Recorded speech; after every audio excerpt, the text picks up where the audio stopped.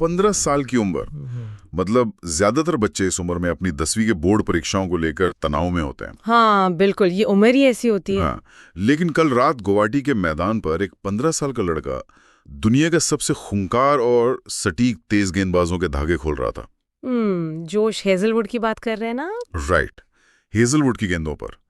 ये महज एक शानदार पारी नहीं थी, ये क्रिकेट के स्थापित नियमों और गेंदबाजों के अहंकार को दी गई एक खुली चुनौती थी। सही कहा, ये वाकई अविश्वसनीय था। तो आज की हमारी इस गहन चर्चा में आपका स्वागत है। चलिए इस पूरे समीकरण को अनपैक करते हैं। आज का फोकस आईपीएल 2026 का वो ऐतिहासिक मैच है जहां राजस्थान रॉयल्स और रॉयल चैलेंजर्स बेंगलुरु आमने सामने थे। जी, मैच नंबर 16। बिल्कुल। हम सिर्फ स्कोर कार्ड नहीं पढ़ेंगे, बल्कि उन रणनीतियों को डिकोड करेंगे जिसने 200 से अधिक के विशाल लक्ष्य को एकदम बौना साबित कर दिया। ये मुकाबला इस बात का एक क्लासिक केस स्टडी बन गया है कि कैसे टी20 क्रिकेट का पूरा डीएनए बदल रहा है।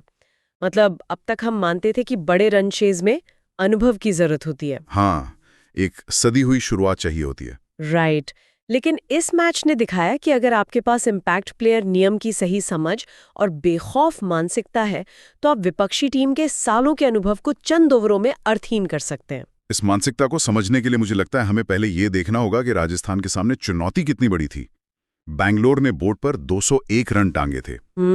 201 रन कोई मजाक नहीं है। लेकिन जो बात मुझे सबसे दिलचस्प लगी वो ये थी कि 11वें ओवर तक उनका स्कोर महज 94 रन पर 6 विकेट था। मतलब पूरी तरह से कोलैप्स। जी, आधी से ज्यादा टीम पवेलियन लौट चुकी थी। तो उस स्थिति से 200 के पार जाना, मेरा सवाल ये है कि क्या ये राजस्थान की गेंदबाजी की कोई बहुत बड़ी नाकामी नहीं थी? देखिए, सतह पर देखने से ऐसा ही लगता है, लेकिन अगर हम उन पहले 11 ओवरों के मैकेनिज्म को समझें तो कहानी कुछ और ही है। अच्छा, वो कैसे? राजस्थान की रणनीति बहुत स्पष्ट थी। पिच में शुरुआत में जो थोड़ी बहुत नमी और ग्रिप थी, उसका पूरा फायदा उठाना। जोफ्रा आर्चर ने पहली ही गेंद पर फिल सॉल्ट को जिस तरह आउट किया, वो सिर्फ तेज गति नहीं थी। हाँ, वो गेंद सीधा स्टंप्स में घुल गई थी। बिल्कुल। आर्चर ने एक विशिष्ट कोण का इस्तेमाल किया जो सॉल्ट के बैकलिफ्ट के समय को कम कर देता है, और फिर रवि बिश्नोई की वो मिस्ट्री स्पिन। अरे वो गुगली जिस पर विराट कोहली आउट हुए, वो 32 रन पर खेल रहे थे और एकदम सेट लग रहे थे। राइट, बिश्नोई ने उस गेंद में जो किया वो कोई साधारण गुगली नहीं थी।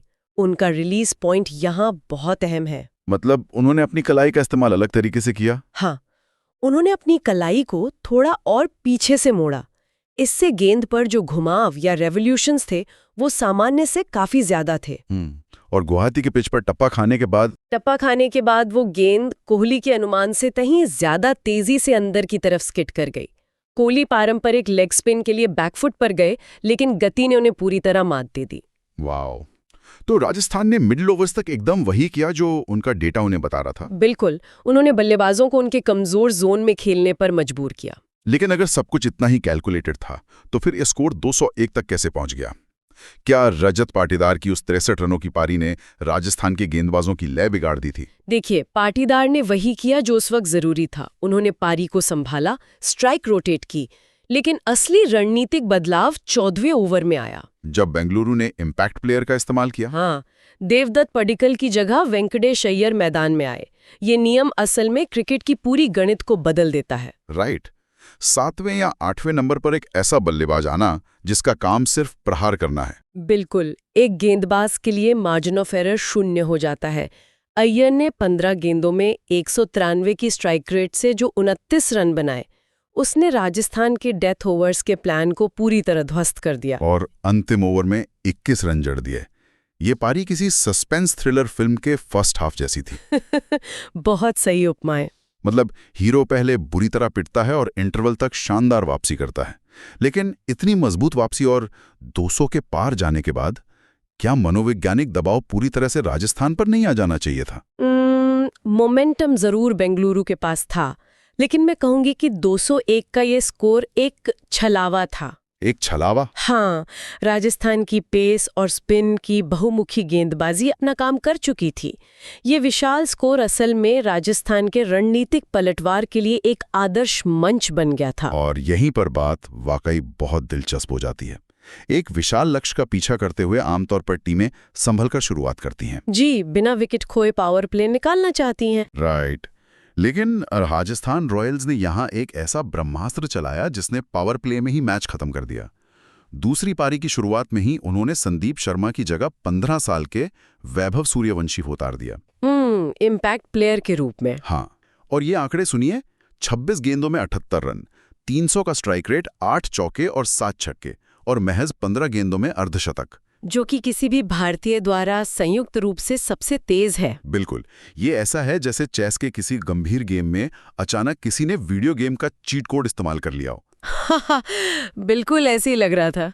लेकिन मुझे यहाँ एक सवाल पूछना है, क्या हेजलवुड जैसे दिग्गज के सामने इतनी आक्रामकता सिर्फ नीडर युवा सोच का नतीजा है, या इसके पीछे कोई गहरा डेटा आधारित प्लान है? यहाँ सबसे आकर्षक बात यह है कि ये विशुद्ध रूप से एक डेटा संचालित निर्णय था।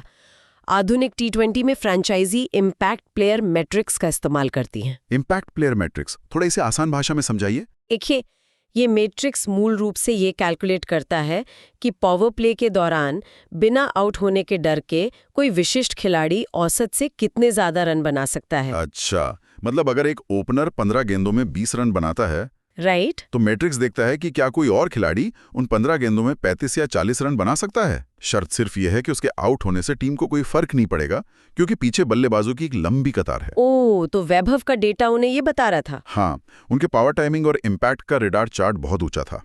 टीम जानती थी कि 200 के लक्ष्य का पीछा करते हुए अगर शुरुआत धीमी हुई तो बाद में मिडिल ऑर्डर कुचल जाएगा। लेकिन डेटा तो सिर्फ कागज पर होता है ना। हेजलवुड 140 किलोमीटर प्रति घंटे की रफ्तार से गेंद डाल रहे थे। एक 15 साल का लड़का शारीरिक रूप से उन गेंदों को लगातार बाउंड्री के पार कैसे भेज सकता है? यहीं पर बायोमैकेनिक्स काम आती है। यहाँ ताकत से ज्यादा खेल बैट स्पीड और पोजीशनिंग का था।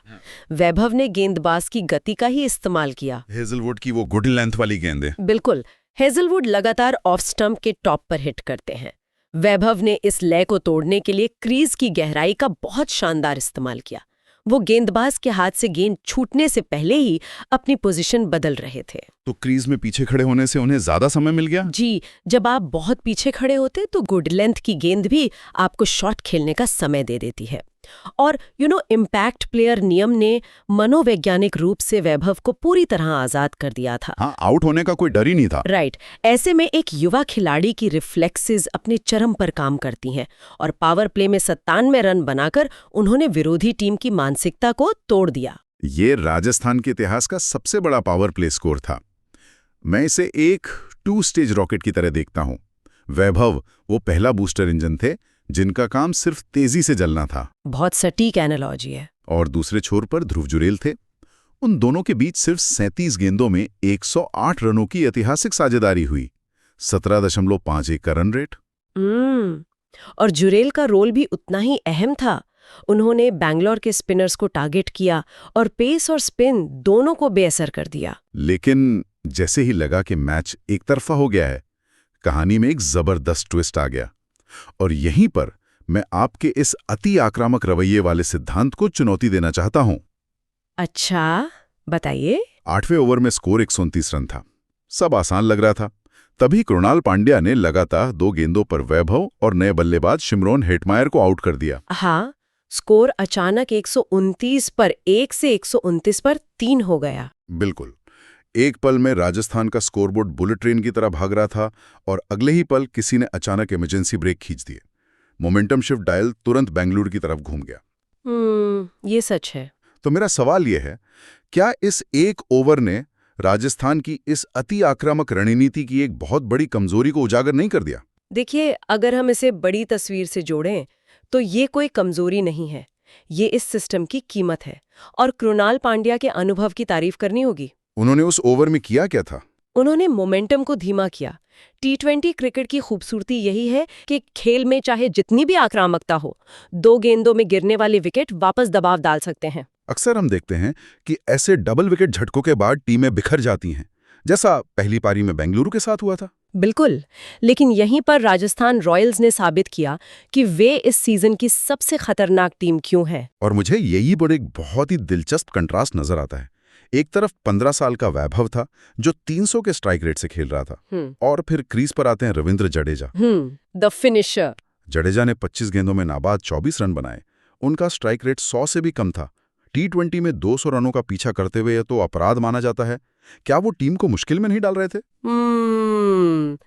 अगर ये कोई और मैच होता तो आपका कहना बिल्कुल सही होता, लेकिन क्रिकेट सिर्फ स्ट्राइक रेट का खेल नहीं है, ये स्थिति को पढ़ने का खेल है। मतलब उनकी भूमिका अलग थी। राइट। जब जडेजा क्रीज पर आए तब रिक्वायर्ड रन रेट पूरी तरह खत्म हो चुका था। इसे एब्जॉर्ब एंड ट्रांसफर की रणनीति कहते हैं। जडेजा का मुख्य काम था मोमेंटम को बैंगलोर के पास जाने से रोकना। तो उन्होंने समझदारी से सिर्फ स्ट्राइक रोटेट की। जी, उन्होंने बिना कोई जोखिम उठाए अनुभव का इस्तेमाल किया। दूसरे छोर पर ध्रुव जुरेल थे, जिन्होंने 43 गेंदों में 81 रन बनाए। रजेड़ा ने बस ये सुनिश्चित किया कि मैच 18वें ओवर में ही खत्म हो जाए। तो इसका कुल मतलब क्या है? ये टीम एक परफेक्ट सिम्फनी या कहें ऑर्केस्ट्रा की तरह है, जहां हर सांस को पता है कि उसे कब तेज बजना है और कब धीमा। मैं बिल्कुल सहमत हूँ। राजस्थान रॉयल्स इस सीजन की सबसे संतुलित टीम है।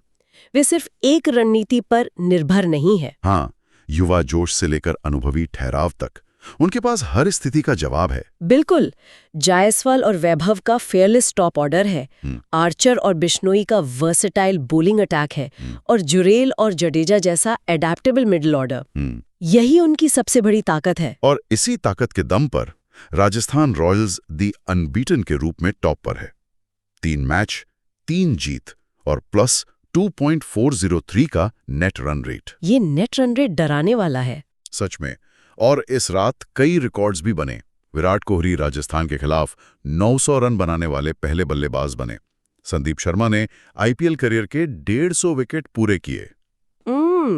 और देवदत्त पडिक्कल ने भी जोस बटलर को पीछे छोड़ दिया। हाँ, बैंगलोर के खिलाफ 434 रनों के साथ वो चौथे स्थान पर आ गए। तो पूरी चर्चा का सार यही है कि कैसे एक 15 साल के इम्पैक्ट प्लेयर ने नियमों का फायदा उठाकर मैच को पावर प्ले में ही खत्म कर दिया, और कैसे अनुभव ने उस जीत को सुरक्षित किया। राइट। यह मैच रणनीति का एक बेहतरीन उदाहरण था। बिल्कुल। और ये सब देखकर एक बड़ा सवाल उठता है, जो मैं चाहूंगा कि हमारे श्रोता भी सोचें। अगर इम्पैक्ट प्लेयर नियम एक 15 साल के बल्लेबाज को सिर्फ 15-20 गेंदों के लिए एक विनाशकारी स्पेशलिस्ट के रूप में खेलने की आजादी देता है, तो क्या हम T20 क्रिकेट में पारंपरिक ऑलराउंडर के युग का अंत देख रहे हैं, या फिर गेंदबाजों को अब ऐसे बल्लेबाजों को रोकने के लिए विज्ञान के